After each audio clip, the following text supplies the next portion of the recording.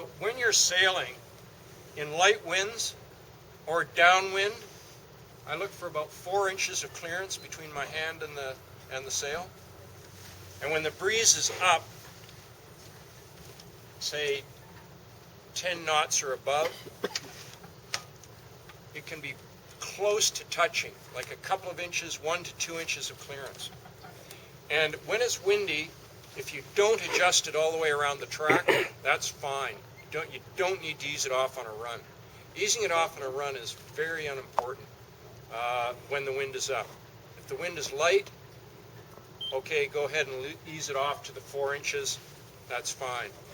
But the time that the outhaul is significant is when you don't have it tight and it needs to be tight. If you're going upwind and the breeze is up, you are going to be slow. And that's why I tend to personally, I don't ease it off on the run, just on the, it makes a tiny bit of difference when the breeze is up to ease the outhaul on the run. And the amount, if I forget to put it back on, which I do quite often, you're going to go very slowly upwind.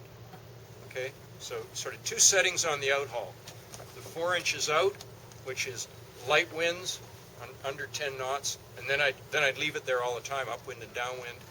And then when the breeze is up over 10 knots, 1 to 2 inches, and not bothering to ease it going downwind. If you really want to, okay, but for heaven's sake, don't forget to tighten it again. Now, the vang, and this is going to seem a little strange, but the way I adjust the vang as my starting point is I start with the main sheet. And I sheet the main in so that it's fairly tight. And then, try and find the vang here. There we are. And here's the vang.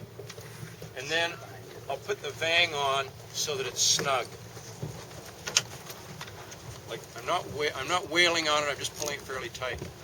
And you might say, well, why are you know, why bother with the main sheet first? What it does is pulling the main sheet on so that it's just fairly tight, gets the end of the boom in the position that you want it to be when the vang's holding it there. So now what I do is I pull the vang on, I release the main, boom end doesn't move. So that's the way I start my vang setting. Just pull the main on fairly hard, and then, well, I just pull it on because there's one next step on the vang which I'll go through now. And remember, everything we've done so far is done at the dock. You know, and we've got a little bit of adjustment on the outhaul, but basically everything's happening at the dock. Now, on the vang, when you're sailing in heavy wind, the setting that I just described will always work. Main sheet on fairly hard, vang on fairly hard, and then you just leave the vang, never touch it when you're sailing. But you'll see the back edge of the sail, and for light winds you're going to need to adjust the vang a little bit when you're out on the water. But see the back edge of the sail now? It's like just like a big board, and that's because the vang's tight. If I pull up on here, now it's going to go loose. In other words, effectively I'm loosening the vang now. So when you're sailing, before the start, go downwind, ease the main out well, and with the main eased, the back part of the sail should just be breathing a bit. If it's sitting like a board like that, just sitting without moving in light winds, the vang's too tight. So ease the vang off, and as you go through the waves, the back edge of the sail should be just going like that. The leech of the sail should be moving. If it's just sitting rigid, like see that, like that is, see when I move the boom in and out now, the leech is just going in and out like a door. That's too tight. Set it so that it's got a little bit of breathing occurring in it. That'll be faster. So, and remember, that's from my standard position is going to be a little too tight. And in heavy winds, it'll be fine. Over 10 knots, you can just leave it.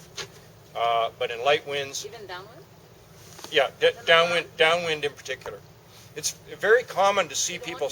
Your boom to be a little bit high down? Yeah, in light winds. Okay, In over 10 knots, you'll be fine. Under 10 knots, you'll want to ease it a bit so it breathes. It's very common to see boats sailing downwind with the vang over tightened in light winds.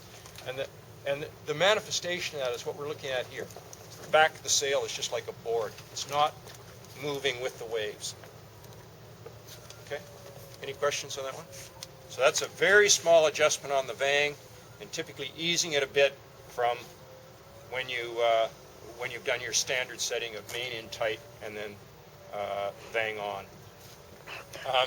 One other thing that you'll all know is that pulling the vang on holds your boom on the mast. Yes. You know, we've all had that situation where we're sort of leaning on the boom and the thing falls off. Well, a vang will stop it from coming out.